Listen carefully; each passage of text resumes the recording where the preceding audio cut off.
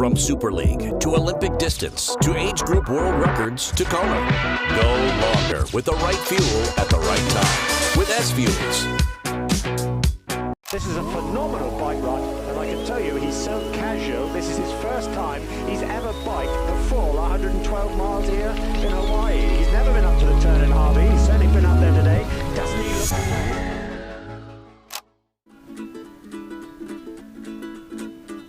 You got to live a little Hawaiian style. You got to give a little Hawaiian style. Hawaiian style. It's breakfast with Bob. Cheers. And Poncho Man, everybody. Welcome to our 5th year of Breakfast with Bob Championship Edition from beautiful Four Seasons Resort, Hualalai. My name is Bob Babbitt, brought to you by Master Spas as fuels go longer. HOKA Let's Fly. Forum Smart Swim Goggles. Quintanaroo Zoot, the original triathlon brand, of course. Our Challenged Athletes Foundation. Our next guest got 3rd place yesterday, 48.20, 4:11.16, 2:39.21, 7:43.23. More importantly, 2020 Olympic gold medalist, 2021 Ironman World Champion, and ITU World Champion 2021 as gold medalist. Please give it up for Mr. Kristian Blummenfelt. There's too many gold medals for you. Oh, yeah, thank you very much. It's, yeah. A pretty mellow, easy day yesterday? That was tough. But like I felt like we had a good. I was like on track until we came into the run, but from there on, Gustav was just stronger. He was basically stronger. from the first K, and I just I was prepared for him to be strong. So already before the start, I was mentally prepared to just try to follow him and just stay on his feet. And yeah, it didn't last more than until the energy lab. But yeah. But the whole idea was you guys were 6 minutes down of Sam off the bike and working together. It looked like you guys were out for a training run. Yeah, so I saw Sam like kind of attacking it down from Harvey. Like we rode very strong up Harvey to bridge up again to Magnus and Sam. And as we came up, he was like breaking away, and I thought, okay, just let him go. Like right. he might get 2 or 3 minutes back home, but we will still easily run him down. And suddenly had like 6 minutes or so, and and when we got like the feedback, like 4 minutes, 5 minutes, I was like 5 minutes back, and then told us like no, 5 minutes in front. Like shit. But still, like I think both of us thought, okay, 6 minutes we will comfortably run him down. Right. But yeah, he was just even running even pace when I was in the front. Then we didn't even gain anything. So yeah, super impressed. Was the idea for you and Gustav to sort of share? You would go and try to set the pace, then he would try to set the pace to work together? Like because I was struggling with the pace, like I couldn't just try to keep his pace because I was. So every time I went to the front, I was. You were slowing him down. Not just slowing him down, but like trying to use it as a rest rather than pushing myself and dig myself into a hole.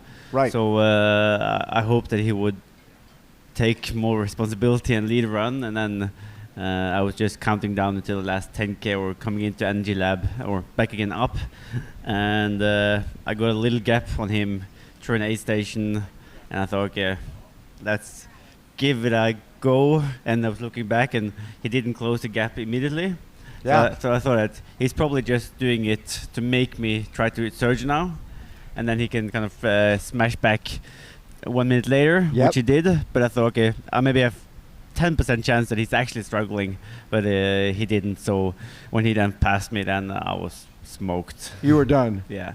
So at that point, you're thinking, I want to hold on to 3rd place. And then it was more like asking for feedback back to 4th, and like I had like 1:30 I think first, and then okay, I can ease it off a little bit, and suddenly it was down to just 45 seconds. Yes. So then I really had to put on the gas again for the last 10K, and the 10K is just going so slowly mentally, and you're looking at every mile sign and just trying to count down, and also people start giving feedback to Sam that he was struggling. And yes. But I had more enough than just focusing on making it onto the podium. Well, there was a point there early in the run where Max Newman was right there, and you guys, the 3 of you, were sort of running together. And is that helpful when there's another person there early on? I was more just focused on staying on Gustav's feet. Okay. I wasn't sure what Max could do on the run, really. Yeah. I don't know what marathon splits he has done in the past, so I was more just focused on Gustav and trying to stay on his feet. So when we were in St. George, a lot of people thought, okay, that race is nobody's going under 8 hours, and you go 7:49 there. You run a 2:38 marathon, basically changing perception of what somebody can do on that 7,000 feet of climbing in the bike, 1,500 in a run. It is a brutal course. Did you surprise yourself at all that day, or that's why you were there? Or not really. When I came off the bike in St. George, I felt like I had fresher run legs coming off. Yes. Here was more like, I felt the bike like a little bit more. There's also maybe because we had a little bit bigger surges on the bike, right, going up to Javi, and also trying to stay with Magnus when he was surging. So when I came back into Kona on the bike, I thought I would have great run legs, but I felt a little bit more fatigued, like smoked from the whole ride when I started running. And also it seems like Gustav felt fresher, so yes, it was more like a struggle to just stay with him. Yeah, but in St. George you had a great run, and it was interesting because you were behind there, and you had to catch Braden Curry. But there was getting positive feedback, like every time after 10K and back again. Yes, you saw 30K, then I got like positive feedback. But here we got like sometimes we were catching and sometimes we didn't catch at all. Right. And that's just messing up with drives you crazy mentally. And also I didn't feel like I had that last 10K within me that Gustav probably felt like he had, that he could just kick off and take 2 minutes within the last 10K. I had enough with the pace I was running in. So when we chatted after St. George, I know a lot of the pros were pretty freaked out because you what you did was amazing, and you were like, the Kona course suits me way better than St. George. Now that you've raced the Kona course, do you feel that this course does suit you? Yeah, I would say so. But also like Gustav didn't race St. George, right, and Sam had a different strategy here, so he was holding back, or not holding back, but he had better run legs than he had in St. George. Right. So he was still 5 minutes in front in St. George, and here we had 6 minutes. So we could expect him to have like a weaker run if right, you look at those two combined. So it's a new race, and people attack it in different ways. So, but of course, I do want to come back and show that I can win on this course. So, but the focus will be Olympics after this. Will you still do 70.3 in St. George Worlds? Yeah, that's 3 weeks time, so that's where we're heading now. But yes, after that, the whole focus will be trying to go back again to Paris and see if we can be there and defend the title. Does Sam Laidlaw, his reputation was he goes off the front and then blows up, which is cool because you don't know where you stand or where you can be unless you have the guts to go off the front. Do you think he's changed the way people look at him when he gets off the bike and runs a 2:44? Yeah, of course. And when you get on the podium in Hawaii, the biggest race that we have, then you get also naturally more respect from yes, all the triathletes out there. So, and when you just have that result on your CV, it's really changing your career. So every time he's now going, put the hammer down and going into the front, and people will maybe reconsider whether they will let him go or not. I wouldn't do it again. Yes. So Gustav and yourself, we've always wanted that race where you guys were running side by side, and we had it for a big chunk of the day. Was that fun, or were you suffering so much that it wasn't very fun? I wouldn't say it was fun.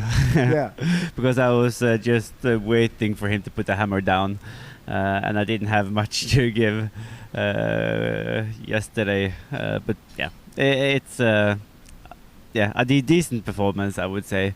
Nothing wrong with a third. Even though I wanted more than a third. I love it. So means next time you've got to beat him. Of course. Of course. Ladies and gentlemen, please give it up for Kristian Blummenfelt.